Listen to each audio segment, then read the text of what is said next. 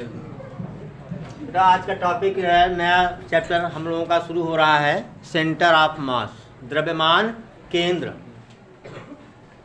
तो द्रव्यमान केंद्र क्या है बेटा? इसे एक ऑब्जेक्ट देखो, यही है ना। देखो मेरा हाथ कपता है, इसलिए मैं एक अंगुली शायद न टिका पाऊँ।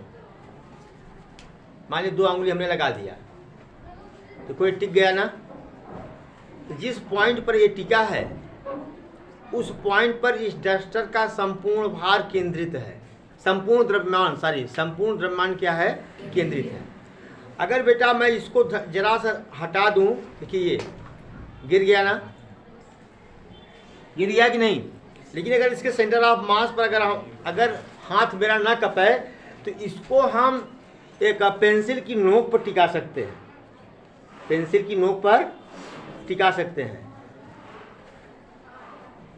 ऐसे पेंसिल की नोक पर टिका सकते हैं ना। अगर इसको थोड़ा सा दाहिने या बाएं किए तो तुरंत गिर जाएगा। क्या होगा? ये तुरंत गिर जाएगा। तो डिफिनेशन लिखा गया है, centre of mass of a system of particles in bracket rigid body is that point where complete mass of system can be considered concentrated. किसी पार्टिकल से बने सिस्टम का सेंटर ऑफ मास, और सिस्टम कैसा होना चाहिए? दृढ़ होना चाहिए, रिजिड होना चाहिए ना। या कह सकते हैं कि कणों से मिलकर बने हुए दृढ़ सिस्टम का द्रव्यमान केंद्र वह बिंदु होता है जिस पर निकाय के, सिस्टम मतलब निकाय का, जिस पर निकाय का संपूर्ण द्रव्यमान केंद्रित माना जा सकता है। किसी निकाय का या कणों से मिलकर बने हुए किसी निकाय का द्रव्यमान केंद्र वह बिंदु होता है जिस पर पूरे सिस्टम का द्रव्यमान केंद्रित माना जा सकता है। जैसे इस पॉइंट पर जो है, इस पॉइंट पर इसका सारा मास क्या है? जैसे देखिए हम लोग जब कभी कभी सरिया तौलाने जाते हैं, सरिया तो जो आजकल इलेक्ट्रॉनिक तराजू आए हुए हैं तो सरिया तो उस पर रख देते हैं। सरिया का अधिकांश भाग बाहर निकला रहता है, लेकिन वो वेट को सही बताता है, द्रव्यमान को क्या कहता है, क्योंकि उसका सेंटर ऑफ मास कहाँ रहता है? बैलेंस पर आता है, तराजू पर आता है सेंटर ऑफ मास। इसे इसको चाहे ऐसे तौलें, मान लीजिए आ गया 50 ग्राम, अब इसको ऐसे तौलें तब भी 50 ग्राम देगा। सेंटर ऑफ मास कहाँ होना चाहिए? तराजू के पहले पर अगर पड़ रहा है तो वो पूरा का पूरा सही का सही द्रव्यमान वो देगा। आई बात समझ में? तो सेंटर ऑफ मास क्या हुआ? ऑब्जेक्ट का वह बिंदु जिस पर, किसी पिंड का वह बिंदु जिस पर उसके संपूर्ण द्रव्यमान को केंद्रित माना जाए या माना जा सके, द्रव्यमान केंद्र कहलाता है। ठीक है। और कह रहा है, force applied on system behaves like in such A way that they act on the centre of मास। अगर किसी ऑब्जेक्ट पर, ध्यान दो, किसी ऑब्जेक्ट पर कई फोर्स लगे हों या एक फोर्स लगा हो तो उसका व्यवहार ऐसे होता है कि जैसे कि पूरे ऑब्जेक्ट पर न लग करके, पूरी वस्तु पर न लग करके वह कहाँ लगा हो? द्रव्यमान केंद्र कहाँ लगा हो? और कह रहा है, चलिए यहाँ एक पॉइंट नीचे कर दिया हमने, कहा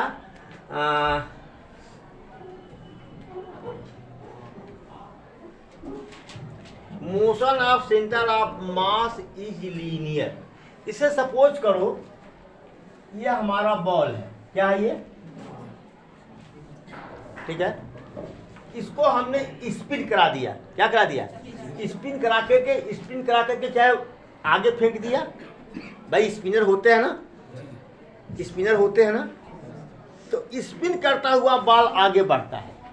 सपोज करो कि हमने इसको ऐसे स्पिन करा दिया, अब बॉल इस डायरेक्शन में आगे बढ़ रहा है। दिख रहा है जी? इसमें नहीं दिख रहा है। हाँ, इस डायरेक्शन में आगे बढ़ रहा है।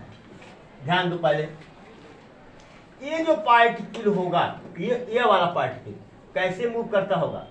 ऐसे ऐसे। बोलो भाई, यहाँ के पार्टिकल भी, मतलब इसको हम ड्रा नहीं कर सकते, ऐसे ऐसे कुंडली नुमा हर पार्टिकल क्या करेंगे? कुंडली नुमा गति करेंगे। लेकिन जो इसका सेंटर ऑफ मास होगा, ये स्पिन तो करेगा लेकिन स्ट्रेट लाइन में चलेगा। ऐसे घूमते हुए क्या करेगा वो? ऐसे घूमते हुए स्ट्रेट लाइन में चलेगा। ये पता ही नहीं चलेगा कि ये इस तरह से हेलेक्सिकल पाथ, कुंडली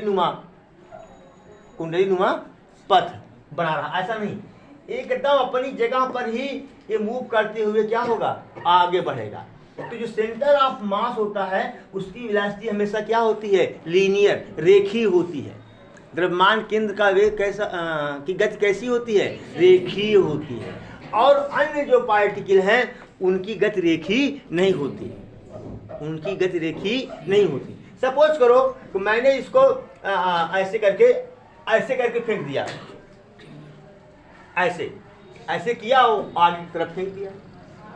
ध्यान दो पहले, ऐसे घुमाया, घुमाते हुए आगे की तरफ फेंक दिया। अब बताओ, अब इसका पाथ कैसा जा रहा है? आगे भी तो बढ़ रहा है। बोलो, गोल गोल आगे भी तो बढ़ रहा है, और ये भी तो गोल गोल आगे की तरफ बढ़ रहा है। लेकिन जो इसका सेंटर ऑफ मास होगा वह भी गोल गोल घूमेगा, लेकिन लीनियर मोशन करेगा। कैसा करेगा? और ये गोल गोल आगे, गोल गोल घूमता हुआ आगे बढ़ रहा है। हाँ, तब इसका पाथ कैसा होगा? कुछ ऐसा होगा, ऐसे होगा। समझ गया कि नहीं? तो क्या इसको आप लीनियर मोशन कह सकते हैं? रेखीय गति कह सकते हैं आप इसको? नहीं। लेकिन जो सेंटर ऑफ मास होगा वो हमेशा क्या होगा? सेंटर ऑफ मास कैसा मोशन करेगा, कैसा गति करेगा? रेखीय गति करेगा, लीनियर मोशन करेगा। अच्छा, एक बात ये, अगर किसी ऑब्जेक्ट का की डेंसिटी घनत्व हर जगह समान हो, हर जगह क्या हो? समान हो, तो कह रहा है कि इसका सेंटर ऑफ मास वही होगा जो इसका ज्यामितीय केंद्र होगा। जो क्या होगा? सपोज करो एक हमने आयताकार ले लिया, ये रेक्टेंगुलर प्लेट ले लिया। क्या ले लिया? रेक्टेंगुलर प्लेट हमने ले लिया। अब इसका द्रव्यमान हर जगह क्या है? समान रूप से वितरित है। मतलब घनत्व, हर बिंदु का घनत्व क्या है? समान है ना। इसका सेंटर ऑफ मास कहाँ होगा? द्रव्यमान केंद्र कहाँ होगा? तो पहले तो इस आकृति का ज्यामिति केंद्र निकाल लें। दोनों रेक्टेंगल को मिला देंगे कि नहीं? यह इसका ज्यामिति केंद्र हो गया, यही सेंटर ऑफ मास भी हो गया। आई बात समझ में? अब अगर इसी पर अगर इसको टिकाना चाहें, ये टिक जाएगा। एक सुई की नोक पर ये टिक सकता है, बशर्ते ये सुई की नोक कहाँ हो? सेंटर ऑफ मास पर हो। आई बात समझ में? जैसे मान लो कि स्फीयर है, सॉलिड स्फीयर है, ठोस गोला है। क्या है? ठोस गोला। ठीक है, तो ठोस गोले का केंद्र कहाँ होगा? कहीं बीच में होगा ना। कहेंगे साहब कैसे निकालें ठोस गोले का? तो भैया हो, अगर ठोस गोला है तो हर जगह क्या करो? टेंजेंट खींच करके उसका नॉर्मल खींचो। टेंजेंट खींच करके क्या करो? उसका नॉर्मल खींचो। यहाँ टेंजेंट खींच करके इसका नॉर्मल खींचो, यहाँ टेंजेंट खींच करके इसका नॉर्मल खींचो। ये नॉर्मल जहाँ मिल रहे हैं वही क्या होगा? सेंटर ऑफ मास, वही ज्यामिति केंद्र होगा ना। जैसे मान लीजिए राड है। क्या है ये? राड है। इसका द्रव्यमान समान रूप से वितरित है, मतलब इसका घनत्व तो हर जगह क्या है? समान है। इसका जो मध्य बिंदु होगा बेटा, वही ज्यामिति बिंदु, ज्योमेट्रिकल पॉइंट होगा, ज्योमेट्रिकल सेंटर होगा, वही सेंटर ऑफ मास भी होगा। ज्योमेट्रिकल सेंटर मतलब ज्यामिति बिंदु। तो मान लीजिए पूरी लंबाई कितनी है? L, तो ये L/2 यहाँ तक, और यहाँ से क्या होगा? L/2। ठीक मध्य में इसका क्या होगा? द्रव्यमान केंद्र या ज्यामिति केंद्र। आई बात समझ में? अब देखो कह रहा है कि यहाँ कि centre of mass COM centre of mass may be inside और आउटसाइड द ऑब्जेक्ट। आज आ रहा था, एक लोग हाथ में लिए थे, हमका भाई साहब दे दीजिए, पता नहीं मोबाइल दिख रहा है कि नहीं दिख रहा है, यहाँ देखिए दिख रहा है,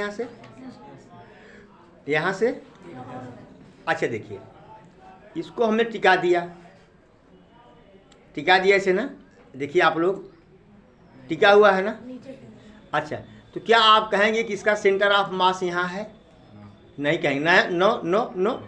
अगर हम इसको ऐसे कर देते हैं, अब छोड़ देते हैं, फिर ऐसे आ जाता है, आता है कि नहीं आता? बताओ पहले। अगर सेंटर ऑफ मास होता तो अगर ऐसे करते तो ऐसे भी टिका रहता, ये दिख रहा है, ऐसे भी टिका रहता, लेकिन नहीं, दब कर कहाँ आ जा रहा है? नीचे। तो इसका मतलब यह है कि जो इसका सेंटर ऑफ मास है यहाँ कहीं बीच में है। कहाँ है?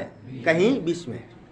का सर्किल होगा तो इसका कहीं कहाँ हो सेंटर ऑफ मास? बीच में होगा। जो ज्योमेट्रिकल सेंटर है, अरे यार वृत्त का केंद्र ज्यामिति केंद्र है, ज्योमेट्रिकल सेंटर है।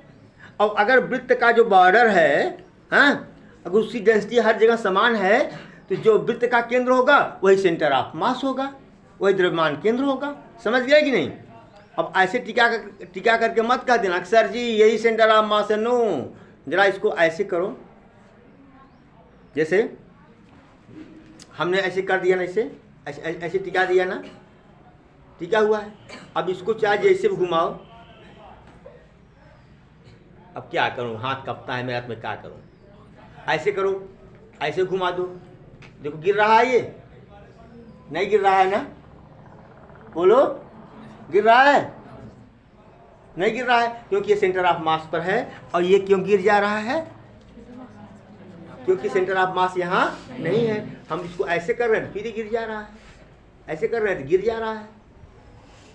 समझ गया कि नहीं? तो इसका सेंटर ऑफ मास कहीं क्या है? बीच में है। तो वही है कि centre of mass may be inside और आउटसाइड द ऑब्जेक्ट। ठीक है, या तो अंदर होगा या तो बाहर होगा। फिर कह रहा है फॉर स्मॉल ऑब्जेक्ट, छोटे ऑब्जेक्ट के लिए centre of mass and centre of mass and centre of mass, वाह भाई, centre of gravity, centre of gravity are same. छोटी वस्तुओं के लिए, अरे छोटी वस्तुओं के लिए मतलब जैसे किताब मैंने कह दिया है आपका, बड़ा गोला कह दिया आपका, तो उन सबों का सेंटर ऑफ मास और गुरुत्व केंद्र, द्रव्यमान केंद्र और गुरुत्व केंद्र, सेंटर ऑफ मास और सेंटर ऑफ ग्रेविटी दोनों एक ही जगह होते हैं, दोनों। लेकिन अगर कोई विशाल ऑब्जेक्ट हो, विशाल ऑब्जेक्ट का मतलब जैसे हिमालय माउंटेन को ले लिया हमने, कोई बहुत बड़ा माउंटेन ले लिया जो बहुत ऊंचा है, तो आप जानते हैं कि ऊंचाई बढ़ने पर जी का मान बदलता है, बोलो, तो भार बदलेगा। ऊंचाई बढ़ने पर भार क्या होगा? बदलेगा ना। तो जो अगर विशाल ऑब्जेक्ट है, बहुत विशाल माउंटेन मान लो, तो उसका सेंटर ऑफ मास और सेंटर ऑफ ग्रेविटी, द्रव्यमान केंद्र और गुरुत्व केंद्र क्या होगा? अलग अलग होगा। अलग अलग क्यों होगा? कि जो द्रव्यमान केंद्र होता है वो द्रव्यमान से संबंधित होता है, और जो गुरुत्व केंद्र होता है वो भार से संबंधित होता है। आई बात समझ ना? लेकिन जो ऑब्जेक्ट हम लोग अपने हाथ में लिए हैं, या जिसका एक्सपेरिमेंट हम लोग कर रहे हैं, या जिसको बहुत आसानी से उठा सकते हैं, या मशीन के द्वारा ही उठा सकते हैं, इसे हमारा ट्रक है, तो ट्रक का भी सेंटर ऑफ मास और क्या कहते हैं सेंटर ऑफ ग्रेविटी लगभग एक ही जगह होगी ना। तो कह रहा है कि for small object centre of mass and centre of gravity और सेम। छोटी वस्तुओं के लिए द्रव्यमान केंद्र और गुरुत्व केंद्र एक होता है। But for very heavy object, या क्वेश्चन हमने लिख दिया माउंटेन, लिख दिया क्या? बहुत बड़े ऑब्जेक्ट के लिए they are at different point, वो भिन्न भिन्न बिंदुओं पर होते हैं। कौन? द्रव्यमान केंद्र और गुरुत्व केंद्र, centre of mass and centre of gravity. Because centre of mass is related to the mass. द्रव्यमान केंद्र किससे संबंधित होता है? द्रव्यमान केंद्र से। And centre of gravity is related to weight. हाँ, गुरुत्व केंद्र किससे संबंधित होता है? भार से। आइए, if the mass of object is not distributed uniformly then centre of mass shifts toward the heavier mass ना।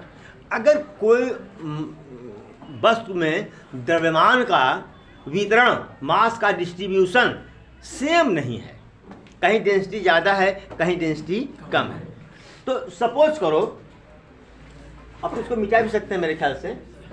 सपोज करो कि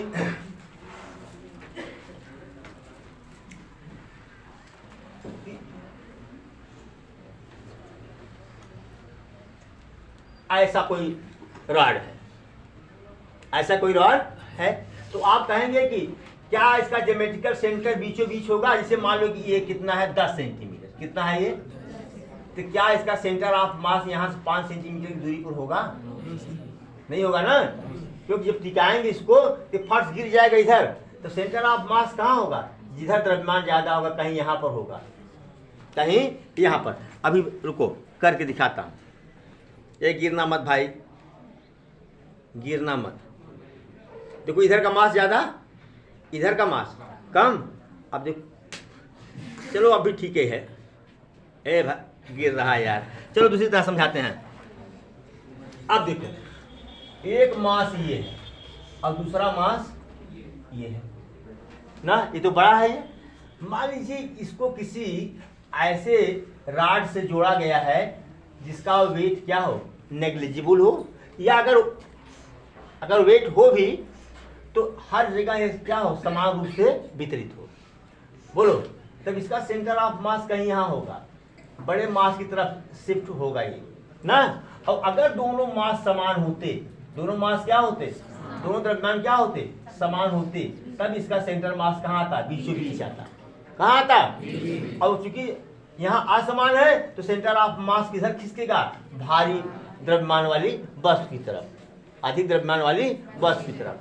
यहाँ लिखा है कि if the mass of object is not distributed uniformly, अगर वस्तु का द्रव्यमान समान रूप से वितरित नहीं है, देन सेंटर ऑफ मास, द्रव्यमान केंद्र शिफ्ट मतलब शिफ्ट होना, किनारा कसता है ना, बगल होता है, भागता है इधर, टुवर्ड द हैवियर मास, बड़े वाले द्रव्यमान की तरफ खिसकता है।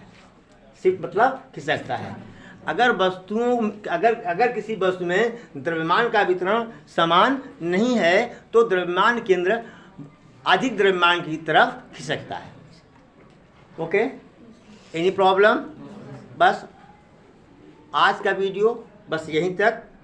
आगे पढ़ेंगे हम लोग क्या, अगर किसी सिस्टम में 2 पार्टिकल हों, n पार्टिकल हों, तो उसका सेंटर ऑफ मास क्या होगा।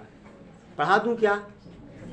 थोड़ा सा तो है, 1 to 2 पार्टिकल वाला बता देते हैं, इसके बाद n पार्टिकल वाला अगली वीडियो में हो जाएगा। ठीक है, बता दूं? ठीक है। Centre of mass of a system made of 2 particles, 2 कणों से बने निकाय का द्रव्यमान केंद्र। देखो बेटा, ये कोई सिस्टम है, इससे ये 2 पार्टिकल से मिलकर बना हुआ है। दोनों इस पार्टिकल का मास m1 है और इस पार्टिकल का मास क्या है, m2 है। ये पॉइंट ए पर सिचुएटेड है, ये पॉइंट बी पर, ये बिंदु ए पर स्थित है बिंदु, और ये बिंदु बी पर स्थित है। तो आप लोग वेक्टर में पढ़ चुके हैं कि माना ए का पोजीशन वेक्टर क्या है, r1। पोजीशन वेक्टर मतलब स्थिति सदिश, पोजीशन वेक्टर मतलब स्थिति सदिश, और बी की स्थिति सदिश क्या है, r2। मान लीजिए कि इसका सेंटर ऑफ मास cm इन दोनों को मिलाने वाली रेखा के इस पॉइंट पर है।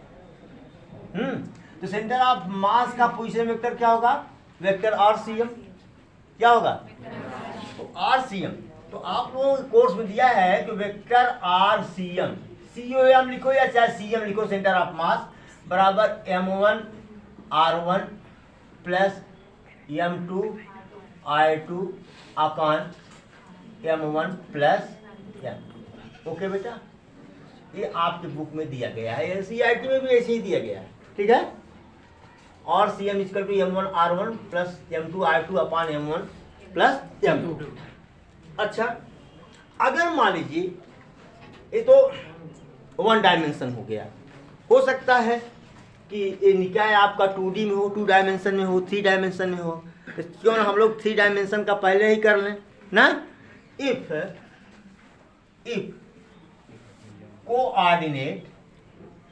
Coordinates of A B x1 y1 और z1 and of b x2 y2 z।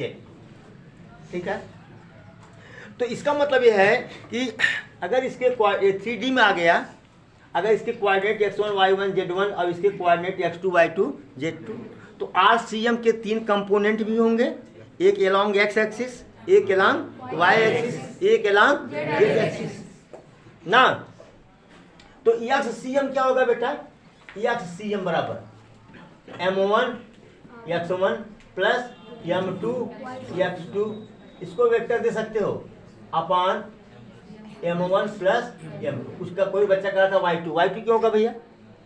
x coordinate ले रहा है ना, सेंटर ऑफ मास का क्या ले रहे हैं? x कोऑर्डिनेट ले रहे हैं। ठीक है, y कोऑर्डिनेट अब लेंगे YCM equal to m1 y1 plus m2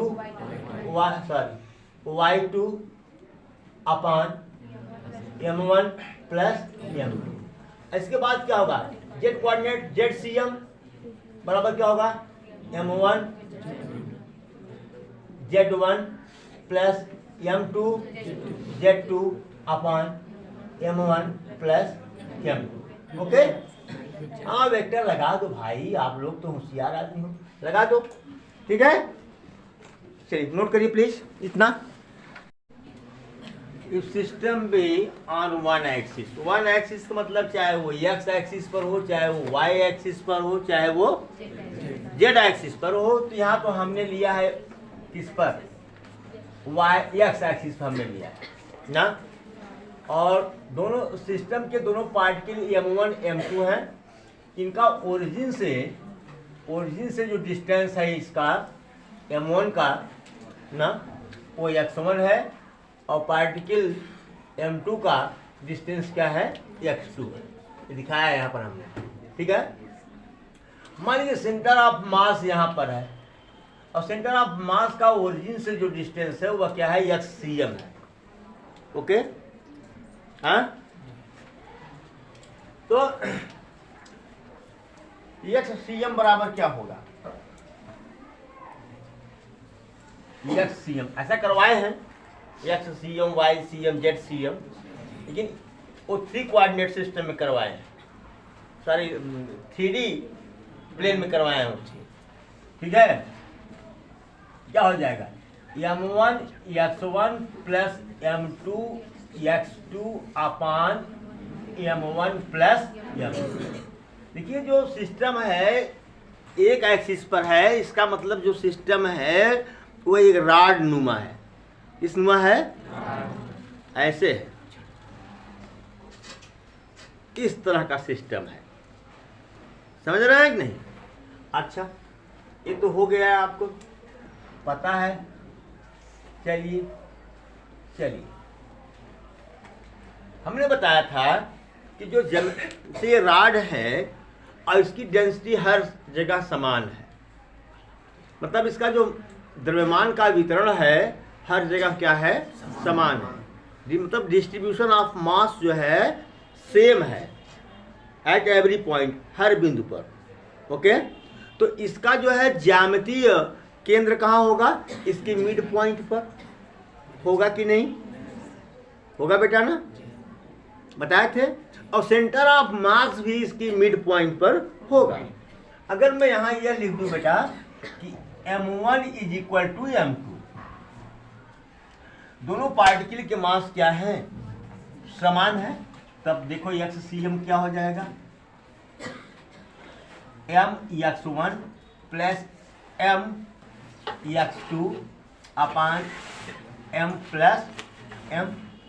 ऊपर m common, x1 plus x2 अपान 2m, m से कैंसिल, तो ये क्या हो गया x1 प्लस x2 अपान 2, ये xcm बराबर हो गया। ठीक है, इतना आप नोट कर लीजिए। इसके बाद एक चीज और भी देखना है। सपोज करो कि M1 जो है कहाँ हो, ओरिजिन को। M1 कहाँ हो, if M1 lies on origin ना, ओरिजिन मतलब मूल बिंदु, ओरिजिन मतलब मूल बिंदु। अगर M1 कहाँ हो, मूल बिंदु पर हो, तब बेटा तो x1 बराबर क्या हो जाएगा 0। जब ये यहाँ होगा तो x1 0 होगा कि नहीं, तब xcm क्या होगा बता दो हमको। ये तो 0 हो जाएगा, ये वाला M1 into 0 plus M2 x2 अपान M1 प्लस मतलब M2 x2 अपान M1 प्लस M। समझ गए। कोई एक पार्टिकल अगर कहाँ हो, ओरिजिन पर हो, तब xcm मतलब सेंटर ऑफ मास क्या होगा M2 x2 अपान M1 प्लस। अगर कहीं ये यहाँ पर होता तब क्या हो जाता, ये वाला तो M1 x1 अपान M1 प्लस M2 होता। समझ गए कि नहीं, नोट करिए। इसके बाद हम लोग पढ़ते हैं centre of mass of a system having n particles, having, note it please. Centre of mass of a system of n particles. कोई सिस्टम है जो n पार्टिकल से मिलकर बना हुआ है, एक सिस्टम है जो n कणों से मिलकर बना हुआ है, जिनके द्रव्यमान क्रमशः M1 M2 dot dot dot Mn हैं। उन कणों की स्थिति सदिश क्रमशः vector R1, vector R2, vector R3 dot dot vector Rn है। यहाँ लिख दिया हूँ, let a system is made of n particles of mass M1 M2 dot dot Mn and their position vectors are R1 R2 dot dot Rn है। तो ये x axis है बाबू हमारा, ये क्या है y एक्सिस है, ये हमारा क्या है सिस्टम है। इसमें n कण हैं, कितने कण हैं, यहाँ से हम डॉट डॉट भी दे सकते हैं, या कहीं भी यहाँ से भी M3 है ना, हम dot dot dot dot Mn दे सकते हैं, एक पार्टिकल ले सकते हैं, क्या एक पार्टिकल ले सकते हैं।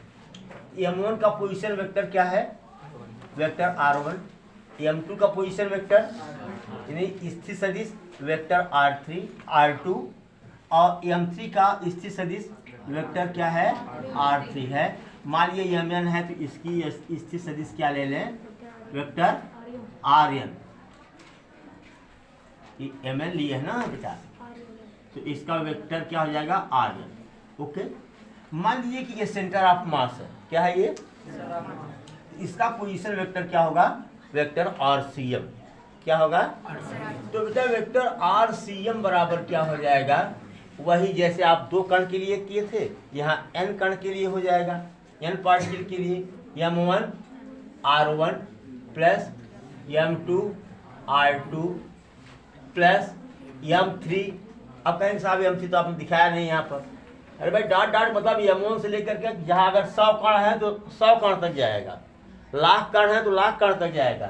M3 R3 ना, dot dot dot dot Mn Rn अपान M1 plus M2 plus M3 dot dot dot dot Mn। ठीक है, ये तो हो गया। इसको थोड़ा सा समराइज्ड वे में लिखेंगे, समेशन के फॉर्म में। इसको हम लिख सकते हैं समेशन i बराबर 1 से i बराबर n तक। मेरे ख्याल से हाई स्कूल मैथ्स में आप लोग पढ़े रहे होंगे। M I R I vector upon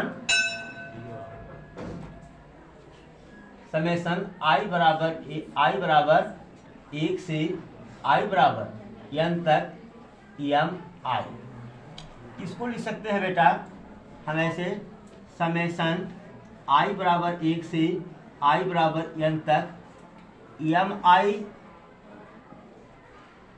are आई अपान ये संपूर्ण मास है ना, capital M, where capital M is equal to mass of system. क्या है ये? मास ऑफ सिस्टम है ये ना। तो ये आर सी एम बराबर हो गया। क्या? Capital M R C M is equal to what? Summation I is equal to 1 I is equal to N M I R I. ठीक है, इसको हम लिख क्या सकते हैं? ये मास ऑफ सिस्टम है, ये position vector of centre of मास है। इसका प्रोडक्ट किसके बराबर है? सभी कण, सभी पार्टिकल्स के मास और उनके पोजीशन वेक्टर के मल्टीपल के या प्रोडक्ट के सम के बराबर है, सम के बराबर है।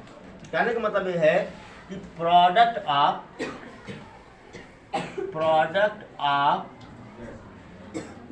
मास ऑफ सिस्टम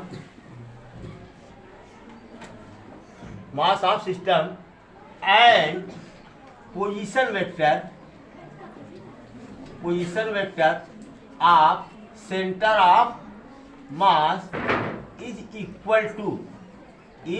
इक्वल टू बराबर है ना सम ऑफ ना product of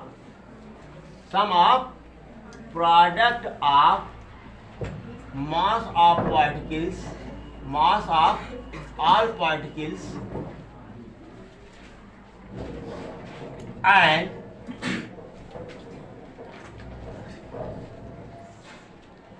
their position vectors ना। मतलब किसी निकाय के द्रव्यमान और द्रव्यमान केंद्र, किसी निकाय के द्रव्यमान और द्रव्यमान केंद्र के स्थित वेक्टर का गुणनफल ना सभी कणों के द्रव्यमान और उनके सदिश वेक्टर के गुणनफल के योग के बराबर होता है।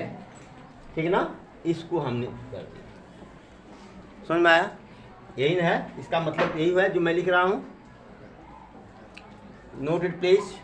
Thank you so much for watching video.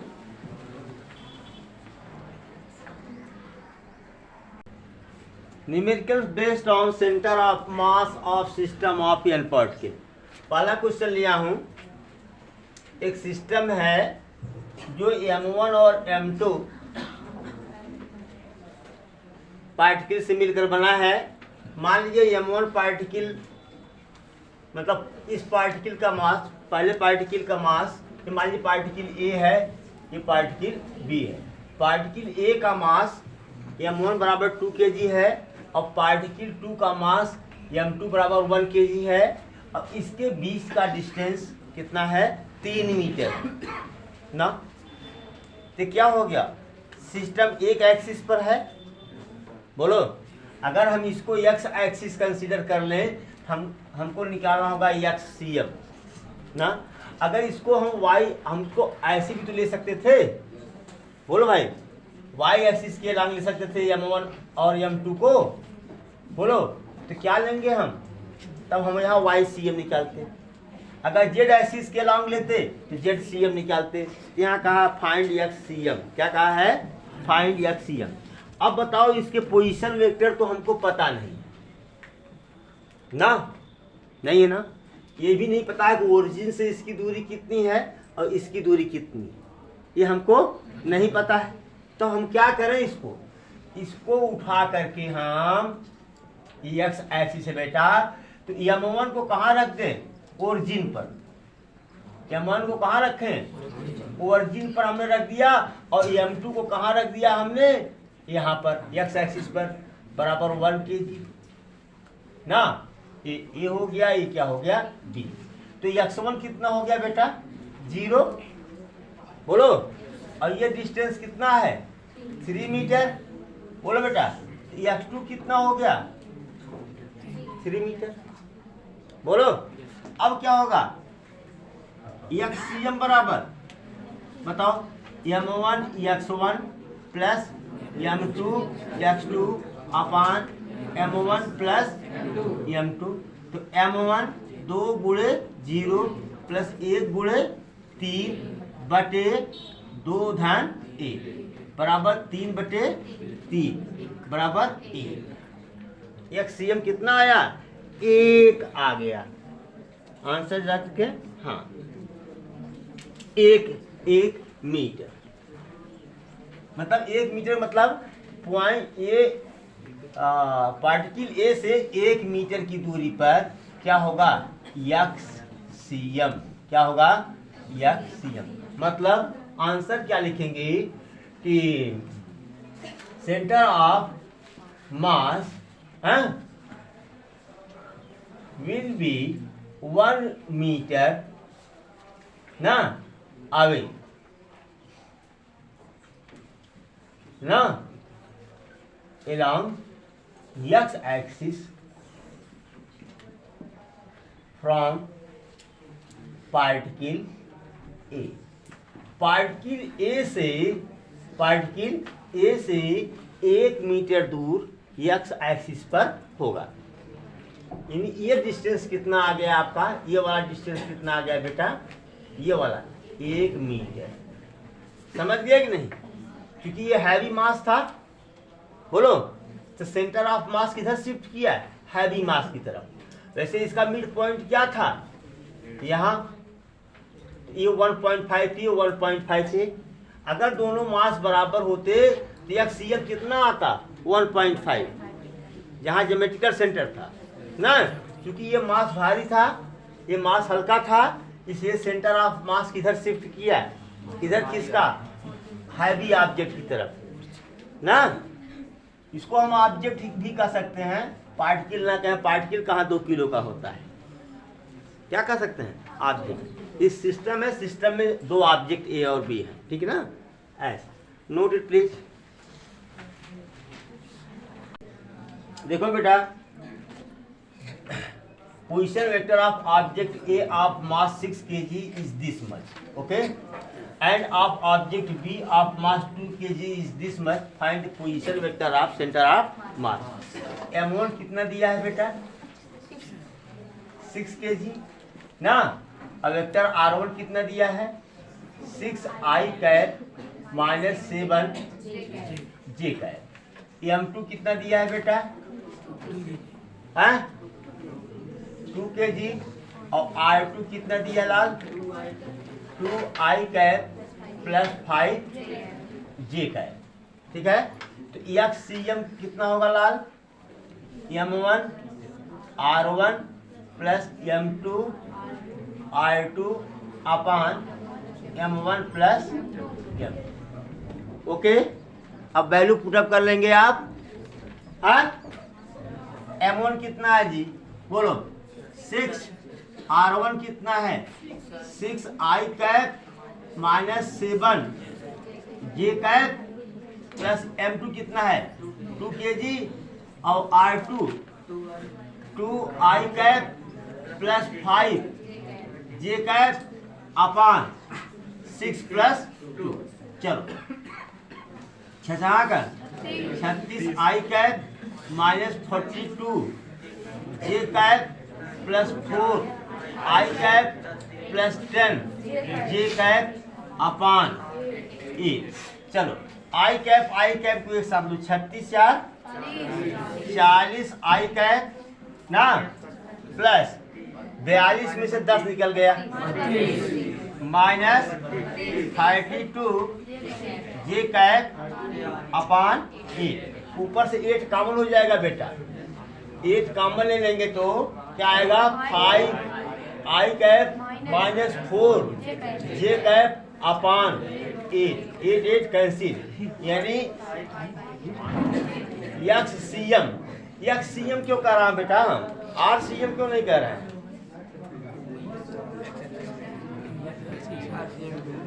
अब दो ही तो मास हैं, दो ही तो ऑब्जेक्ट हैं, बोलो किसी न किसी एक्सिस पर होंगे या एक्सिस पर ना भी हों, स्पेस में भी हो सकते हैं। तो यहाँ एक्ससीएम रहने से क्या आरसीएम लिख दें, क्या आरसीएम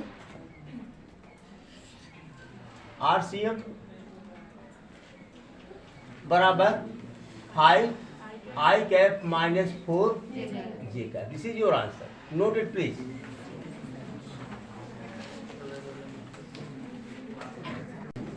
देखिए क्वेश्चन है ABCD एक स्क्वायर है ना, इसकी लेंथ जो है मतलब इसके साइड की लेंथ L है, क्या है L। ओके, करा पॉइंट A पर 2 ग्राम का मास है, पॉइंट B पर 2 ग्राम का मास है, पॉइंट C पर 1 ग्राम का मास है, पॉइंट D पर 1 ग्राम का मास है। करा find the position vector of centre of मास। ठीक है, तो हम मानेंगे कि मान लीजिए यही क्या है origin, let A be the origin. ये कहाँ है, ये ओरिजिन पर है ये, ठीक है, बोलो। तो इसका कोऑर्डिनेट क्या हो जाएगा 0 0, इसका कोऑर्डिनेट L 0, बोलो बेटा, इसका कोऑर्डिनेट यह भी L, यह भी L, L बोलो। इसका अरे मान लो कि y एक्सिस है यार, क्या मान लो, ये y एक्सिस है, इसको क्या मान लिया जाए x एक्सिस है, तो y एक्सिस पर x कोऑर्डिनेट क्या होता है 0, इसका क्या हो गया 0 L हुआ। अच्छा चलो x1 y1, मतलब यहाँ पर x1 है ना, x1 बराबर 0, y1 बराबर 0 और x2 बराबर L और y2 बराबर 0। यहाँ आओ x3 बराबर L, y3 बराबर L, यहाँ x4 बराबर 0, y4 बराबर L ना, कोई दिक्कत। अब ये क्या हो गया M1, ये क्या हो गया M2, ये क्या हो गया M3, ये क्या हो गया M4। आप तो कर लोगे लाल। आरसीएम, अच्छा सुनो, 2 एक्सिस है ना, एक बार एक्ससीएम निकालो, एक बार वाईसीएम निकालो, मतलब आरसीएम का एक्स कोऑर्डिनेट और वाई कोऑर्डिनेट।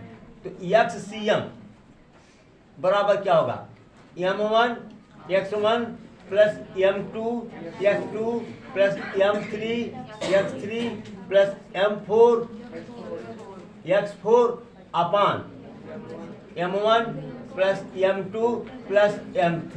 ओके, देखो यहाँ ग्राम में है, इसको किलोग्राम बदलने की जरूरत नहीं है क्योंकि ऊपर भी तो मास है, समझ गया कि नहीं। अच्छा, यहाँ यूनिट क्या दिया है L, अब ये भी तो नहीं पता है कि वो मीटर में है सेंटीमीटर में है, क्या है, कुछ नहीं, ठीक है।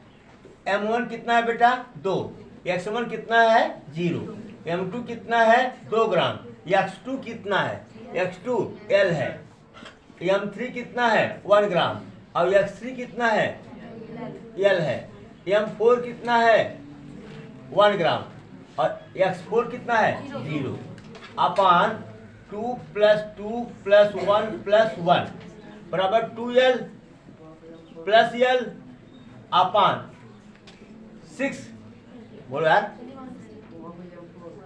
L अपान 3। कहाँ बेटा M4, M1 M2